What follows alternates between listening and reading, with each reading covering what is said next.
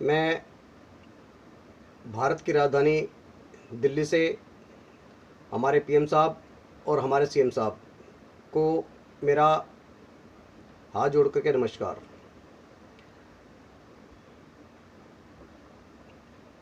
मैं राष्ट्रीय सारथी सेवक संस्था की ओर से और दिल्ली ड्राइवर हेल्पलाइन की ओर से राष्ट्रीय सारथी सेवक संस्था का संस्थापक कमल शर्मा, मैं हमारे भारत के प्रधानमंत्री और हमारे मुख्यमंत्री साहब से कुछ बातें अपनी शेयर करना चाहता हूं। सर, आज हमें इस कोरोना के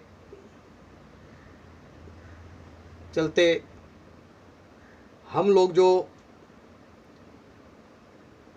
इतना परेशान हो चुके हैं कि आज हमें खुद समझ नहीं आ रहा कि हम क्या करें।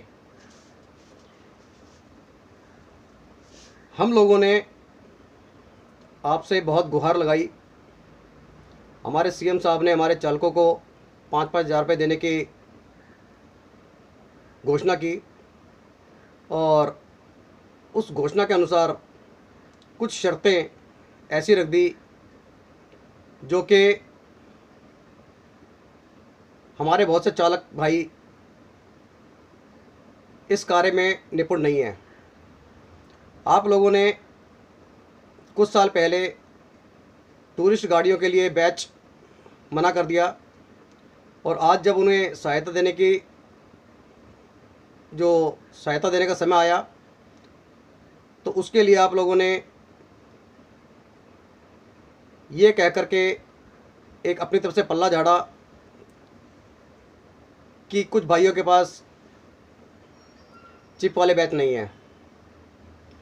सर, आप ही के कानून, आप ही के आदेश, उनकी जब हम पालना करते हैं और उसके बाद में समय आने पर आप उन्हीं पालना का या उन कानून का बहिष्कार भी कर देते हैं, ऐसा क्यों? हम लोग भारत सरकार के साथ मिलकर के चलते हैं, भारत सरकार के आदेशों का पालन करते हैं, लेकिन उसके बावजूद भी हमारा शोषण क्यों? हमारे पीएम साहब ने, सीएम साहब ने टीवी पर अपने दिए हुए प्रशासनों के जितने जितने प्रसारण किए, उनके अंदर हमारे सारथी भाइयों का, हमारे ड्राइवर भाइयों का इतना बड़ा योगदान, इतना बड़ा सहयोग होता है, लेकिन आपने कहीं भी चालक भाइयों के लिए कई धन्यवाद शब्द या उनको सराहा नहीं, जबकि भारत की अर्थव्यवस्था को संभालने के लिए हमारे चालक भाई हमेशा आगे रहते हैं। और आप लोगों से हमने इतनी गुहार लगाई, इतनी विनती करी, लेकिन आप ये ना भूलिए कि हर 5 साल बाद इलेक्शन होते हैं। हमें हमारे हक चाहिए, हमारे मूल अधिकार चाहिए और हमारे सारथी भाइयों के जितने वोट आप लोगों को मिलते हैं, क्या हम भारत के नागरिक नहीं हैं? क्या हमें अपने जीने का अधिकार नहीं है? क्या हमें अपनी मूलभूत सुविधाएं लेने का अधिकार नहीं है? लॉकडाउन खुलने के बाद आप लोगों को हम बता देते हैं कि वो समय भी आएगा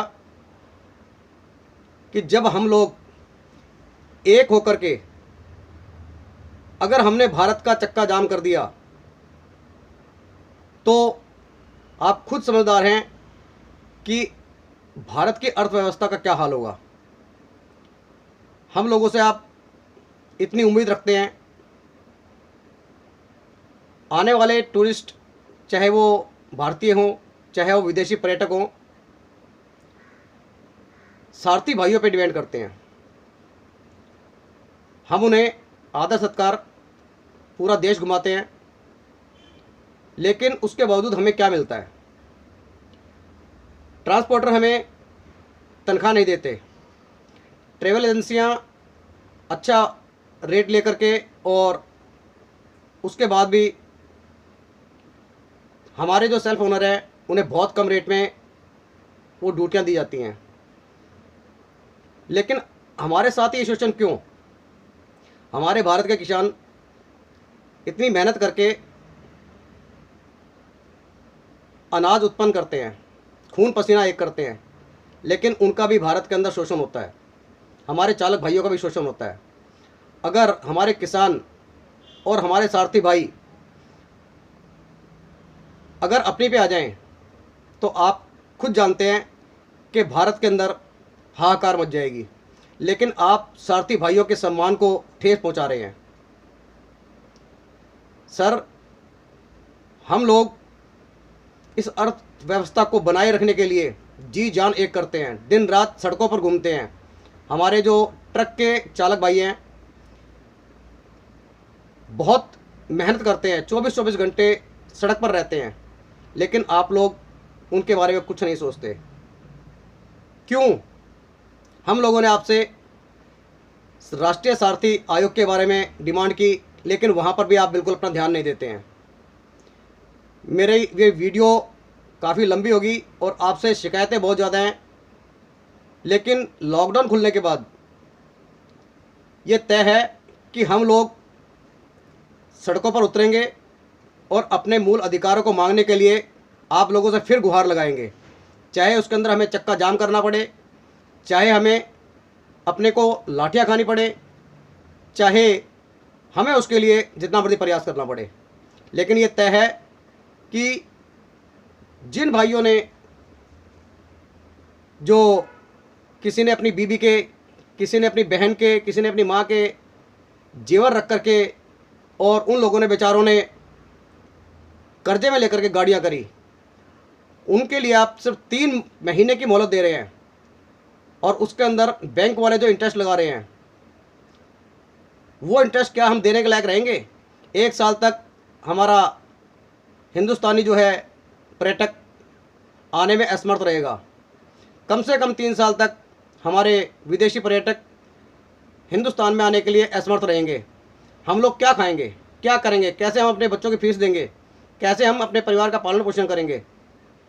इसलिए पीएम साहब से और सीएम साहब से दोबारा मेरी हाथ जोड़ कर गुजारिश है कि आप हमारे बारे में सोचिए, अन्यथा हमें कड़े कदम उठाने पड़ेंगे और हमें अपने शक्ति का प्रदर्शन सड़क पर आकर के देना पड़ेगा।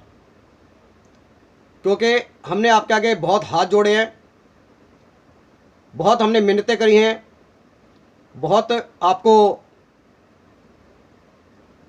अपने दिल की बातें, अपना दिल का दर्द सुनाया है, लेकिन आज हम आत्महत्या करने पर मजबूर हो चुके हैं। कारण सिर्फ हमारा शोषण। इस शोषण से हमें छुटकारा दिलवाइए, अन्यथा अब हमें मजबूर होना पड़ रहा है कि हमें सड़कों पर आकर के आत्मदाह करने पड़ सकते हैं, आत्महत्याएं करनी पड़ सकती हैं, न जाने क्या क्या करना पड़ सकता है। आज हम इस कगार पर पहुंच चुके हैं। हमारे चालक भाइयों के घर के अंदर राशन नहीं है, गाड़ियां नहीं चलेंगी, वो किस्तें कहाँ से देंगे, इंश्योरेंस कहाँ से कराएंगे? जितने राज्य है भारतवर्ष के अंदर, सब सारथी भाई मेरी इस आवाज़ को सुने और सरकार से अपने मूल अधिकारों को लेने के लिए एक हों और इस आवाज़ को बुलंद करें, अपनी शक्ति का प्रदर्शन करें और अपनी शक्ति का परिचय दें। भारतवासियों, आज हम सारथी भाइयों के, हम ड्राइवर भाइयों के इतने शोषण होने के बावजूद आज हम लोग ऐसे मोड़ पर आकर के खड़े हो गए हैं। जो कोरोना की जो महामारी है उसके चलते आज भारत सरकार हमारी नहीं सुन रही। तो मैं आपसे, जितने भारत के चालक भाई हैं, उन सबसे मैं गुहार लगाता हूं कि अपने आप को पहचानो, अपनी शक्ति को पहचानो और भारत सरकार को दिखा दो कि सारथी भाइयों के हित में अगर वो काम करती है तो वेल एंड गुड, बहुत बढ़िया, अन्यथा हमें सड़कों पर उतरने के लिए मजबूर ना करें। धन्यवाद। जय हिंद, जय भारत। दिल्ली ड्राइवर हेल्पलाइन और राष्ट्रीय सारथी सेवक संस्था से मैं कमल शर्मा। धन्यवाद।